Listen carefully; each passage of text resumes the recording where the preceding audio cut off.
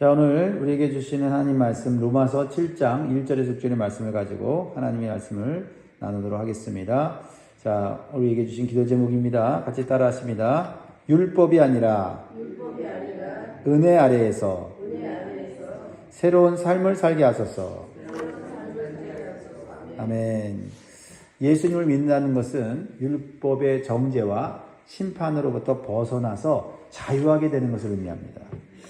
그래서 우리는 율법 아래에 있지 않고 예수 그리스도의 은혜 아래에 살게 된 것입니다.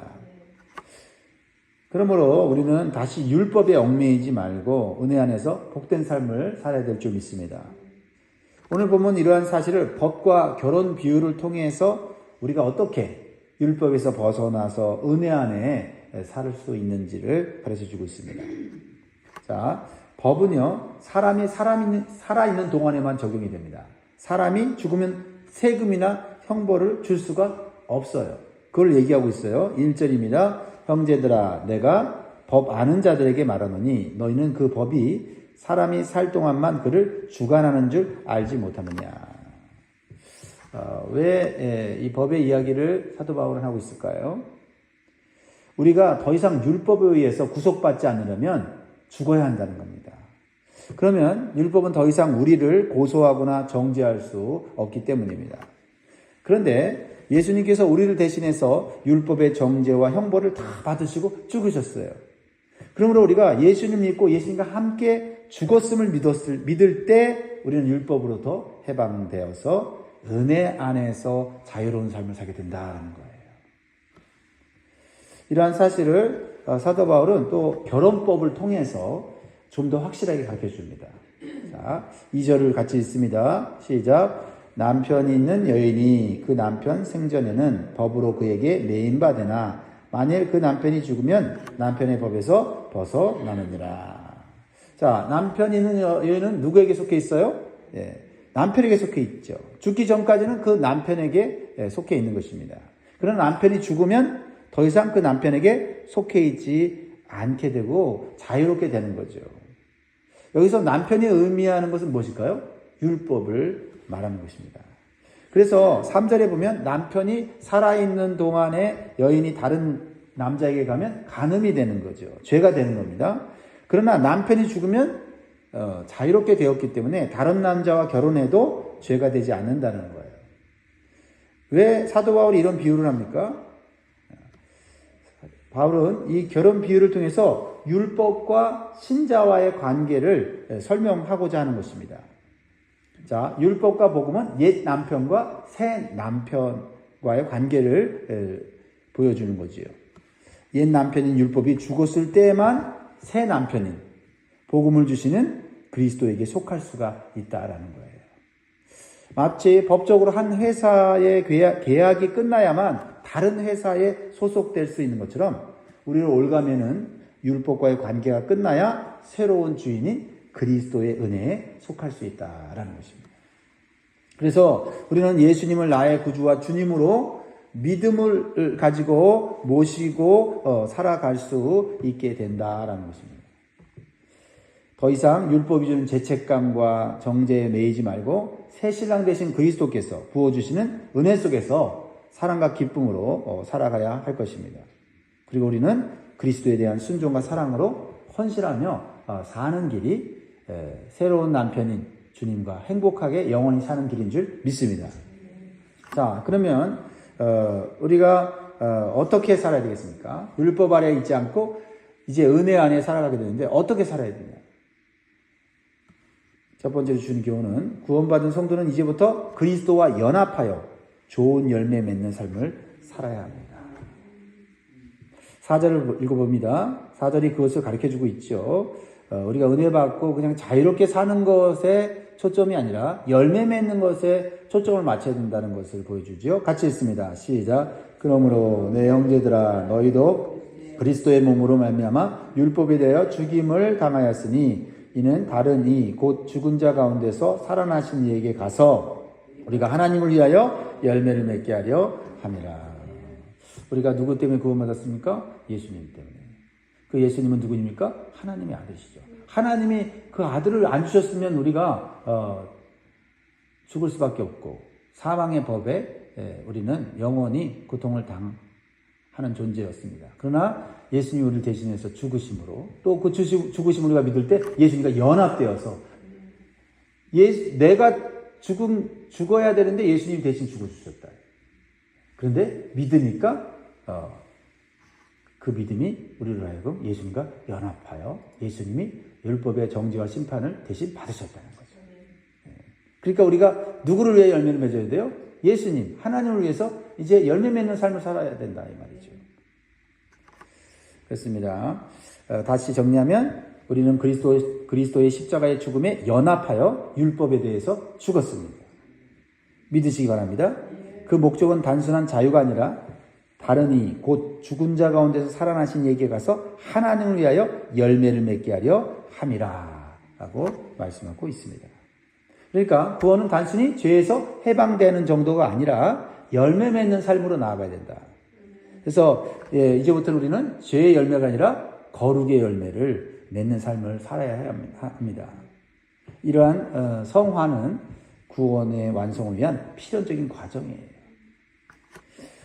예수 믿고 구원받고 구원의 기쁨 누리는 것 중요합니다. 그러나 그 이상이 되어야 된다는 거죠. 나무가 땅에 뿌리를 내려야 열매를 맺듯이 성도는 그리스도 안에 뿌리를 내려야 삶의 열매를 맺을 수가 있습니다. 여러분들은 그리스도 안에서 뿌리를 내렸습니까? 뿌리를 내려서 그리스도 안에서 열매 맺으시기 바랍니다. 사랑하는 성도 여러분, 이러한 그리스도 안에 뿌리를 내린 삶의 열매는 어디서 나타나야 될까요? 가정, 직장, 교회, 세상에서 나타나야 되겠죠. 그리스도를 본받아서 가정에서는 사랑과 희생으로 나타나야 되고, 직장에서는 정직과 성실로 나타나야 되고요. 교회에서는 섬김과 헌신으로 나타나야 될 줄 믿습니다. 자, 두 번째로 주시는 교훈은 다시 옛 남편인 율법에 얽매이는 삶을 살아서는 안 된다라는 겁니다. 우리가 율법에 대해서 죽었다고 했는데 죽은 남편을 또 그리워하고 죽은 남편에게 속해서 우리의 인생을 올바로 살아가지 못하면 그것은 인생을 허무하게 사는 겁니다. 그래서 율법에 얽매였던 옛생활을 벗어버리고 죄에 얽매였던 옛생활을 벗어버리고 이제는 선을 행하고 하나님 기뻐하시는 삶을 살아야 된다는 거죠. 자, 그러면 율법에 얽매이는 삶을 살 때 어떻게 되느냐? 5절 나와 있죠. 우리가 육신에 있을 때에는 율법으로 말미암는 죄의 정욕이 우리 지체 중에 역사하여 우리로 사망을 위하여 열매를 맺게 하였더니. 육신에 있을 때란 그리스도와 연합하기 전에 죄와 율법 아래에 있었던 그 상태를 말하는 거예요. 율법은 죄를 드러내고 죄는 사람을 더 자극하여 결과적으로는 어떻게 해요? 사망의 열매를 맺게 된다는 겁니다. 아무리 우리가 정말 세상에서 화려한 삶을 살고 우리가 원하는 그런 높은 자리에 올라가고 풍요한 삶을 누려도 율법 아래에 있으면 마지막 열매는 뭐다? 사망입니다. 그거를 분명하게 기억하기를 원합니다. 그래서 죄의 정욕이라는 말이 나오는데 죄의 정욕은요, 억누를 수 없는 욕망, 욕종을 말하는 거예요. 사람에게 다 이게 있다는 거죠. 얌전해 보이는 사람도 그 죄의 욕망이 탁 건드려지면요, 정말 보이지 않는 곳에서 그렇게 나쁜 죄를 짓고 또 정말 상상할 수 없는 범죄를 저지르기도 하죠. 네. 그래서 이 죄의 정욕은요, 결코 사람이 해결할 수가 없어요. 율법이 이 죄의 정욕을 억누르려고 할수록 죄는 더 반발해서 더 강하게 역사한다는 거죠. 우리가 죄를 짓지 말아야지 그럼 죄를 더 짓게 되고, 그죠? 화내지 말아야지 그러면 화낼 일이 더 생기고, 그렇죠? 그게 우리 안에 이 죄의 정욕이 버튼이 있어요.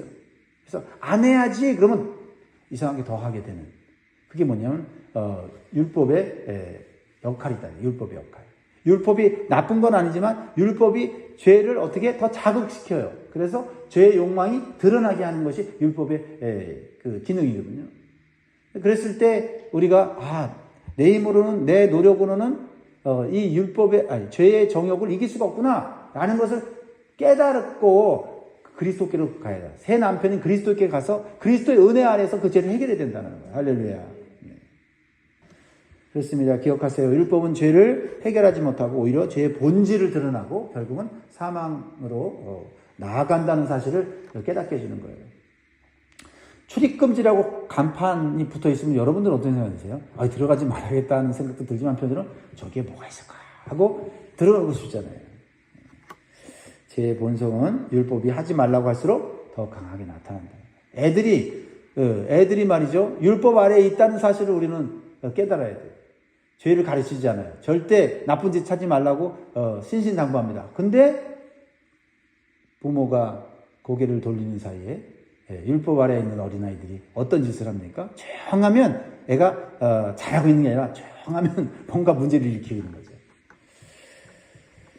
사랑하는 성도 여러분, 내 의지나 노력으로 죄를 다스릴 수 있다고 생각하셔서는 안 돼요. 착각이에요. 내가 오래 예수님 믿었으니까 내가 그래도 이제 교양이 있고 지식이 있고 내가 영적 체험이 있으니 나는 이제 죄를 안 질 거야. 난 미워하지도 않고 정죄하지도 않고 판단하지도 않고 분노하지도 않고 나는 이제 그만큼 성숙했어. 그거는 하나님의 은혜로 그렇게 살고 있는 거지 우리가 결코 잘나서 그렇게 사는 것이 아니에요. 방심하는 그 순간 정말 내 부끄러웠던 모습이 입술로 얼굴로 몸으로 다 나타나서 다시 우리는 실패하게 된다 이 말이죠. 그래서 성령의 능력으로만 죄를 이길 수 있고 성령의 충만함을 받아야만 죄와 싸워 승리할 수 있는지를 믿으시기 바랍니다. 그래서 마지막 세 번째로요. 우리는 성령을 의지해서 하나님께서 기뻐하시는 열매를 맺는 삶을 살아야 합니다. 성령을 의지해서 살아야 된다. 성령만이 우리를 날마다 새롭게 하신다. 6절 마지막 절이죠. 같이 읽습니다. 시작. 이제는 우리가 얽매였던 것에 대하여 죽었으므로 율법에서 벗어났으니 이러므로 우리가 영의 새로운 것으로 섬길 것이요 율법 조문의 묵은 것으로 아니할지니라. 우리는 더 이상 율법의 옛 제도 아래 있지 않고 옛 남편 아래 있지 않고 성령의 새롭게 하심으로 우리는 예수 안에 새 신랑이신 예수님과 함께 살게 되었습니다. 그리고 그 아들을 주신 하나님을 섬기며 살 수 있는 하나님의 가족이 되었다 이 말입니다. 여기서 영의 새로움이라고 하는 것은 근본적으로 새롭고 질적으로 다른 삶을 말하는 거예요. 단순히 보수하거나 개선하는 게 아니라 본질적으로 완전히 새롭게 되는 피조물을 의미하는 것입니다. 낡은 기계에 기름칠하는 정도가 아니라 아예 새로운 기계로 교체하는 것이 바로 성령의 새롭게 하심이에요. 성령의 새롭게 하심으로 여러분의 내면이 완전히 새로워지기를 주의 이름으로 축복합니다. 그래서 성령은 우리를 하나님께 자발적으로 순종하게 하고 자유와 기쁨으로 섬기게 하는 거예요. 여러분 주의 일을 할 때 우리가 때때로 참 억지로 할 때도 있지 않습니까? 억지로라도 하는 것이 중요하지만 그러나 그때 우리는 어떻게 생각해야 돼요? 내가 억지로 하려고 하는 거 내 힘과 내 노력으로 하려는 거지. 성령님 오셔서 자발적으로 기쁨으로 즐겁게 할 수 있게 도와주십시오라고 그때 기도해야 된다 이 말이에요. 자녀가 부모 심부름을 억지로 하면 힘들지만 사랑하는 마음으로 부모가 나한테 베풀어준 은혜가 얼마나 큰가. 이런 심부름증은 아무것도 아니지. 이 심부름 함으로써 엄마가 아빠가 기뻐한다면 당연히 내가 해야지. 이 심부름 한다고 내가 부모의 사랑을 갚을 수 있을까? 이런 생각하는 자녀가 있다면요. 심부름할 때 어떻게 해요? 그냥 자발적으로 뭐 시킬 거 없어 이렇게 나오는데 말이죠. 자녀들이 많으면 어떻게 눈치를 보죠. 엄마가 누구한테 심부름을 시키냐. 제 생각이 나요. 엄마는 왜 맨날 나만 시키냐. 네가 큰아들이니까. 아니 큰아들이 무슨 맨날 심부름하는 사람이냐. 동생도 시키라고. 그래도 네가 동생보다 낫지. 그럴 때 이제 막 불만이 일어났는데 지금 생각해보면 이왕 할 거 좀 기쁘게 즐겁게 그렇게 나를 위해서 희생과 헌신하셨는데 그걸 못했으니 참 마음이 아쉽고 죄송한 마음이 들어요. 그렇습니다. 사랑하는 성도 여러분, 우리의 신앙생활이 무거운 의미가 아니라 성령 안에서 기쁨이 되기를 원해요. 우리가 율법으로부터 해방됐다는 것, 죽음으로부터 해방됐다는 것, 이것만으로도 엄청난 큰 축복을 받았는데 말이죠. 우리가 주님이 원하시는 것이 우리를 얽매이는 게 아니라 우리를 힘든 게 아니라 우리를 성숙하게 하고 우리를 더욱더 복된 자리로 이끄시려는 그런 말씀인데 명령인데, 계명인데 그거를 무거운 짐으로만 생각하는 것은 우리가 율법 아래서 살았던 습관과 같다. 우리는 성령 안에서 하나님의 은혜 가운데 사는 존재인 줄 믿습니다. 그러므로 오늘도 우리에게 주어진 일에 최선을 다하고 기쁨으로 예배와 봉사를 드릴 수 있기를 주의 이름으로 축복합니다. 다 같이 기도하겠습니다. 우리 교회를 위해서 또 나라를 위해서 정치적으로 사회적으로 안정될 수 있도록 많이 기도해 주시기 바라요. 또 나라가 지금 한국이 지금 참 어떻게 보면 안타까운 현상이 일어나죠. 네. 뭐 어떤 이유가 있겠지만은 교회가 또 목회자가 이 정치권에 의해서 조사받고 이렇게 교회가 여러 가지로 수사를 받는다고 하는 것은 좋은 현상은 아니에요. 네, 좋은 현상이 아니에요. 그래서 교회가 정말 하나님의 보호하심을 받고 복음과 진리를 수호하고 전하는 세상을 밝히는 빛과 소금이 되도록 더 기도해 주시면 감사하겠습니다. 네, 그리고 또 우리 정순호 권사님, 고유미 선생님 2주 동안 또 출타합니다. 또 안전하게 건강하게 일을 마치고 돌아오도록 기도해 주시기 바라고요. 질병 가운데 있는 성도들 치유의 역사를 이루시도록 기도해 주시면 감사하겠습니다. 같이 기도하겠습니다. 참 좋으신 아버지 하나님 감사합니다. 오늘도 이렇게 새벽에 정말 사명을 가지고 나오는 주의 성도들이 있습니다. 하나님 기억하소서. 하나님 이 자리에서 눈물로 무릎으로 기도할 때 하나님 기도가 땅에 떨어지지 않고 다 응답되게 도와주옵소서. 우리의 기도가 하늘에 상달되어 하나님 그 기도가 우리뿐만 아니라 우리 자녀들뿐만 아니라 우리 교회에 속한 모든 성도들과 자녀들을 위해 임하게 도와주옵소서. 특별히 질병으로 고통받는 성도들 치유하시고 회복시켜 주심으로 하나님 영광 받으시고 많은 사람들에게 소망과 희망이 되게 도와주옵소서. 하나님 오늘 한 날도 지켜주시고 또 모든 예배와 모든 사역 가운데 하나님 성령의 능력으로 부어주셔서 기쁨으로 즐거움으로 감당하는 모든 성도들 되게 하여 주옵소서. 우리 자녀를 양육하는 우리 부모들을 기억하여 주시고 그들이 세상을 쫓아가지 않고 말씀을 따라 양육하고 하나님 성령의 지혜로 아이들을 잘 세워나가게 도와주옵소서. 감사드리며 예수님의 이름으로 간절히 기도합나이다. 아멘. 하늘에 계신 우리 아버지여 이름이 거룩히 여김을 받으시오며 나라의 임하옵시며 뜻이 하늘에서 이룬 것 같이 땅에서도 이루어지이다. 오늘날 우리에게 일용할 양식을 주시고 우리가 우리에게 죄 지은 자를 사해 준 것 같이 우리의 죄를 사해 주시고 우리를 시험에 들게 하지 마옵시고 다만 악에서 구하옵소서. 대개 나라와 권세와 영광이 아버지께 영원히 있사옵나이다. 아멘. 아멘. 기도하시고 승리하시기 바랍니다.